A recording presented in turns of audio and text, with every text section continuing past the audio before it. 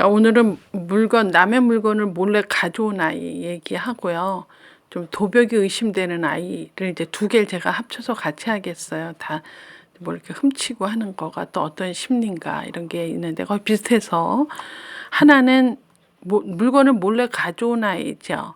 그건 만 5세 딸이고 이제 그 뒤에 도벽이 의심되는 애는 만 5세 남자 아이인데 먼저 여자아이 보면 친구 장난감을 가져와서 이제 집에서 엄마가 혼냈어요. 몰래 숨겨 가져오고 이렇게 자꾸 이렇게 하니까 너 왜 이렇게 하지 말랬는데 하니 그러고선 했는데 자꾸 또 그러니까 이제 엄마가 슬그머니 걱정이 돼서 이거 어떻게 키워야 됩니까? 이제 이런 얘기고 어 요 얘기 먼저 얘기하죠. 그래서 이제 요런 경우는 만 4세 이후부터는 이제 해도 되는 일, 하면 안 되는 일을 확실하게 구분을 지어줘야 돼요. 그래서 이렇게 남의 걸 가져왔을 때 그 사람 입장이 어떻다는 거 이런 거 좀 알려줘야 돼.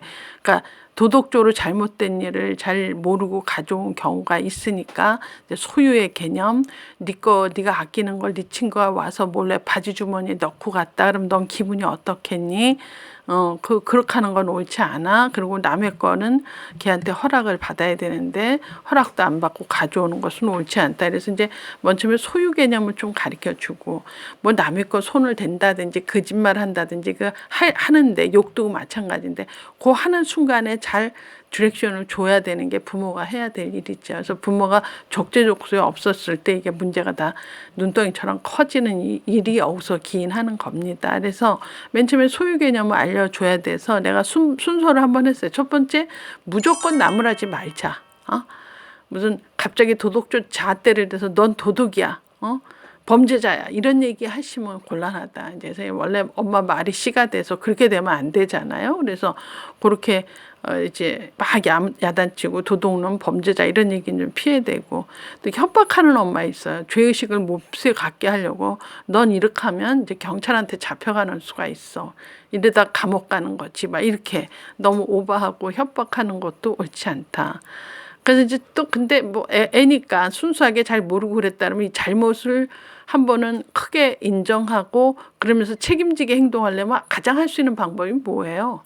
애랑 같이 어때요? 만약 가게에서 물건을 가져왔다. 그러면 자 이거는 네가 돈 내고 산 것도 아니니 가게 주인이 이것 때문에 너무 가슴 아프다. 이걸 들고 가자. 그래서 가게 가야 되죠. 그래서 이 물건이 얘한테 필요 없는 거는 굳이 살 필요 없고 아니면 필요한 건 값을 지불하고 그렇죠. 그리고 주인 아저씨한테 사과하는 것을 현장을 이걸 해야 돼요. 이거가 굉장히 중요해요. 어떤 엄마는 이래서 그 가게 가서 엄마가 미리 그 아저씨하고 작전을 다 짜고 아저씨가 얘 혼내게도 하는 경우도 있고 내가 몇 케이스를 봤는데 이제 문방구 아저씨 다 이제 한두 번 이런 일을 겪으니까 엄마가 부탁하면 알았어요. 내가 이제 혼내줄게요. 뭐라든지 아니면 어머님이 그렇게 하시면 그때 내가 돈을 받고 애한테 넌 다음에 그 아저씨한테 돈 주고 사야 돼. 이런 얘기는 할게요. 그리고 이렇게 작전을 짜기도 하는데 이거 참 중요해요. 한 번은 해야 돼요.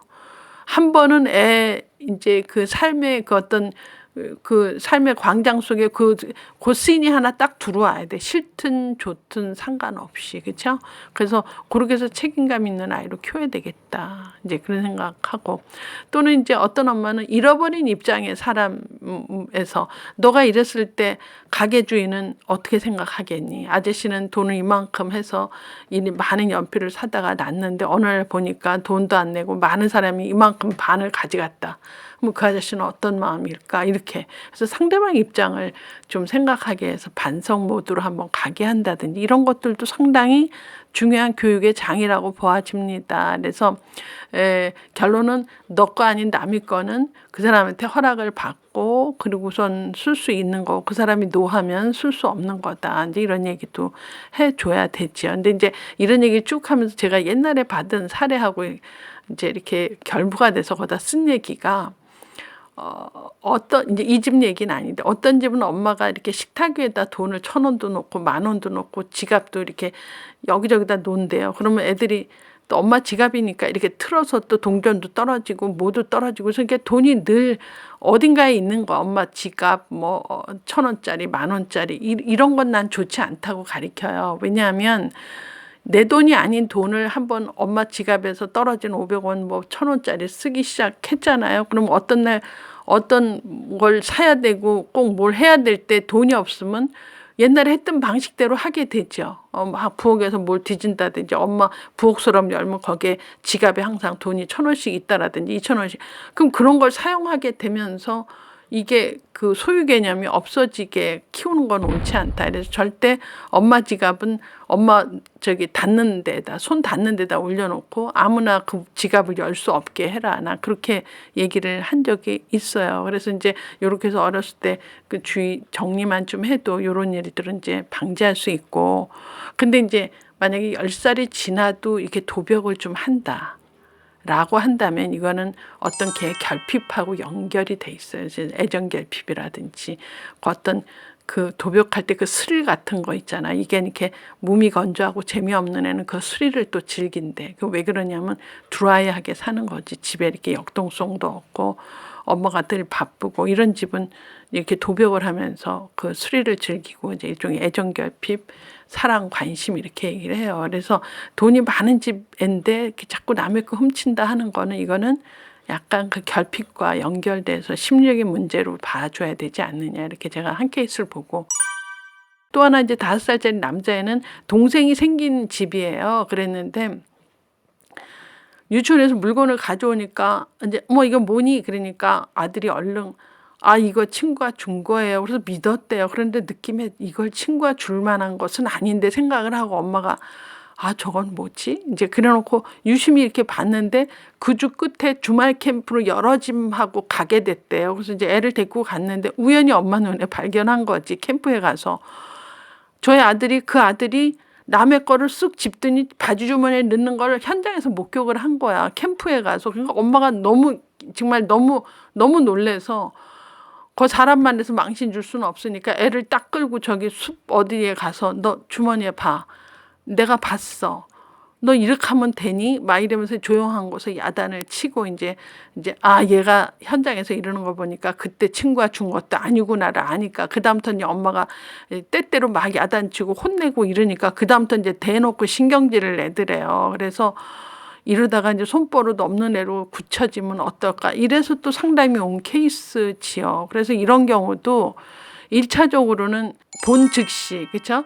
본 즉시 행동 수정할 수 있게 엄마가 달겨들은 건 잘한 거예요. 그래야지 이제 행동 수정하면서 반복적인 행동을 줄일 수 있는 건데 이걸 너무 강압적으로 했으니까 이제 애가 신경질적으로 반응은 한 거긴 해요. 그런데 요 케이스는 제가 약간 일시적인 퇴행 현상이 아니냐. 왜냐하면 동생이 생기면서 이제 아무래도 갓난아기가 나오면 엄마 아빠 에너지가 전부 걔한테 가니까 큰애들이 약간 일시적으로 퇴행적인 행동을 합니다. 그래서 이렇게 주의 집중 받으려고 엉뚱한 짓을 한다든지 이럴 수 있어서 이 케이스도 너무 애를 억압적으로 야단치기보다는 좀 각별한 사랑을 좀 해주는 게 문제 해결이지 않느냐. 그래서 이제 특별한 관심, 애정, 스킨십 이런 거. 그래서 이렇게 도벽이라는 하나의 큰 이슈 갖고 애를 야단치고 더 힘들게 하고 체벌하고 꾸중하기보다는 사랑을 지속적으로 하고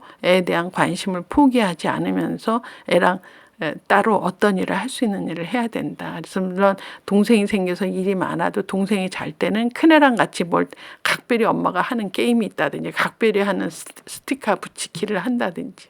그래서 애에 대한 사랑을 애가 느끼게 된다면 이제 이런 도벽도 일종의 애정결핍으로 전문가들은 많이 봅니다. 그래서 그런 애정결핍으로 이런 행동을 했다라고 생각한다면 원인 제공자가 누구다? 부모다 이렇게 생각이 듭니다. 그래서 이 케이스도 엄마가 각별한 사랑을 좀 주면 그 둘째 생기면서 생기는 퇴행성 행동이 많이 줄어들 수 있다 이렇게 보고 맨 처음에 아이 것은 이제 이렇게 몰래 가져오는 것이 이게 무슨 소유 개념도 없고 도덕적인 어떤 잣대로 한 것도 아니니 이제부터 제대로 가르쳐줘야 될 책임이 있다. 그래서 너무 이렇게 도덕적 잣대를 대서 범죄자니 무슨 너무 나무라니 뭐 협박을 하는 일 말고 실제로 잘못을 인정하면서 책임감 갖게 할 수 있는 그런 시나리오를 좀 각별히 요 시기 애들은 만드는 것도 한두 번은 그런 경험을 다 한 걸로 제가 알고 있는데,